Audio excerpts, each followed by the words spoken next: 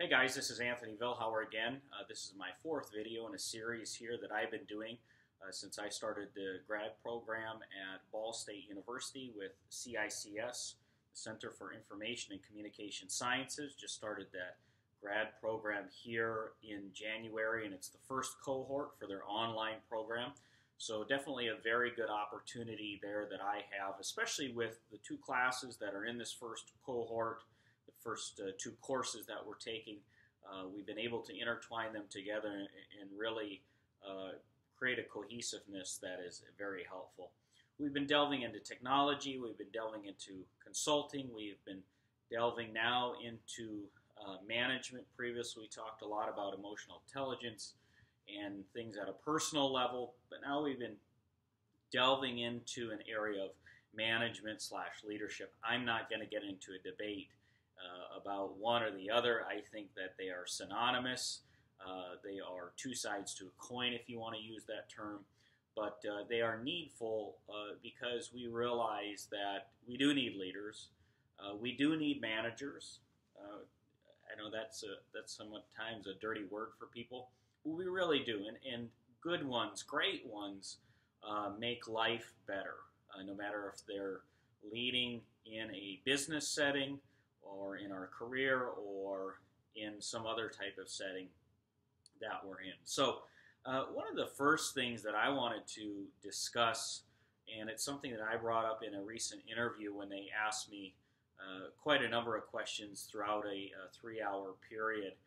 And they said, what do you feel about building trust with new people? And I responded immediately, or nearly immediately, that first of all, we definitely need to realize to be humble when we come into a new arena, especially as a leader or a manager, which is often the case more and more in our changing business and organizational world.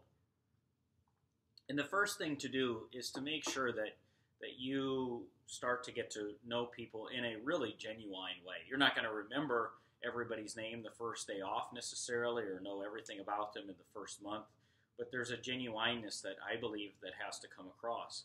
I know from my experience in small management roles, or there wasn't thousands of people following me, but I learned under some really good managers and leaders who at least knew the aspect of building some small wins at the front end.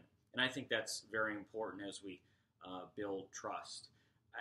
I think we all know this, that when somebody says, trust me, they shouldn't have to say that. So that is very vital. The other thing that I told them that is very important, and that I've just posted in a reflection here this evening, is that there are things that happen in an organization of old or in the past, and we have to build off them, whether it was really great or whether it was just a disaster. But there has to be a respect for people and even what they did in the past when you come into an organization and bring change, and building that trust to respect what people did in the past. Because a lot of people did it because they were under a certain type of leadership that they had to follow, and that maybe wasn't their ideal thing to do, but they did the best they could. Or maybe there was limited information and technology in that time, and they did the very best that they could. I know in many settings that I've been in where I work, a lot of people really still rely on Microsoft Access, even though that's kind of an old technology that people use. And I've met people, we kind of chuckle about it a little bit, but we both acknowledge that, hey, there's folks who utilize this technology and still do to this day because, hey, this is what they've known, and they're doing the best they can, and they're trying to still add value to the organization. I think another aspect of leadership / management is personal care and enrichment, meaning that I take care of my body, I take care of my mind. I understand that there are stressors that I can bring on, so I make sure I'm self-aware of the things that I bring into my life. And then I also really make sure to tap into something scholastically to refresh my mind, to give me some new concepts and ideas that flow in.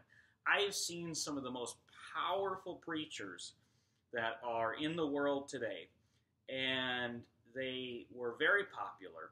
They were very much a leader. They were a manager of people, and they were on death's door because they couldn't handle stress or brought too much of it in their life, and they were overeating, never exercising, just let their body go to waste.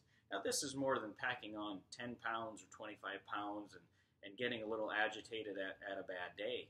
This was a buildup of years and years of toxicity, both mentally and physically. And it really caused a problem because of the fact that they were incapacitated nearly by death, but also because doctors said, hey, if you keep doing this, you will die. And so we have to lead by example. And that isn't throwing anybody under the bus, but that's a reality that I think all of us need to look to. I'm fortunate. I have a high metabolism, so I look really thin all the time, no matter if I exercise or I don't exercise. But I tell people all the time that I know when I'm unhealthy, and I think most of us know when we're unhealthy. And we need to take our own management of our own selves into consideration before anything else. And then there's a last aspect that I've posted about, talked about, whether in interviews, whether I'm a manager or whether I'm talking with a manager, that I personally think that consistent communication is so key. I don't think you should have meetings for meetings, but I believe that there is a key to having meeting times that are consistent, meaning I don't have a meeting on Thursday, and then the next week I have it on Tuesday, and the next week I have it on Friday, and then I schedule a Monday a.m. meeting. I'm not talking about doing that. I'm talking about where we set a time and a day that's consistent, and if it's weekly, if it's daily, if it's monthly, if it's quarterly, whatever it takes, so that people can rely on that and plan other things around that. I've been in many settings, and as a teacher and as a student now in my 4th degree, we can learn from that very simple model of a class meeting at a regular time. It's a vital thing that I think has to be baked into organizations. And then that helps you to understand if you need to have rolling meetings on a weekly or a monthly or a daily basis. That helps you to solidify that last fact. And then in those meetings, I know this from especially being a children's ministry director, you can build and bake in a progression so that people can see a product that builds up and out, or whatever way that you want to metaphorically describe that. That's very important. And then there's an action plan, right? Back to the classroom setting where we look at that and we say and understand that we're here for a time. We're not going to do all our work here. You need to go back, whether it's singly or whether it's with other people, and take care of that. And then finally, there's an aspect of review in this communication process that I wrote a quote here. I thought it was kind of interesting. Don't want to gloat, but I think it's useful. I said this: we better inform our future when we give time for review and reflection. I'll say that again. We better inform our future when we give time for review and reflection. And I think that sort of sums up how a process, by no means a perfect process, but it helps people to be part of an inclusive communication that is consistent. So if you have any takeaways on management and leadership, again, I'm no expert. I don't think one book is going to cover it all. I don't think one course is going to cover it all. We're going to all continually evolve and grow. And I think any good manager, and this is what I have learned, knows what it's like to be under a good manager, a poor manager, and one that is doing their best. And it could be that a poor manager is doing their best in the situation they're in. So the point being is, even if I'm not a manager or leader, I'm still leading wherever I'm at. And that has to be the key to how I'm successful and effective going forward, no matter my spot in life.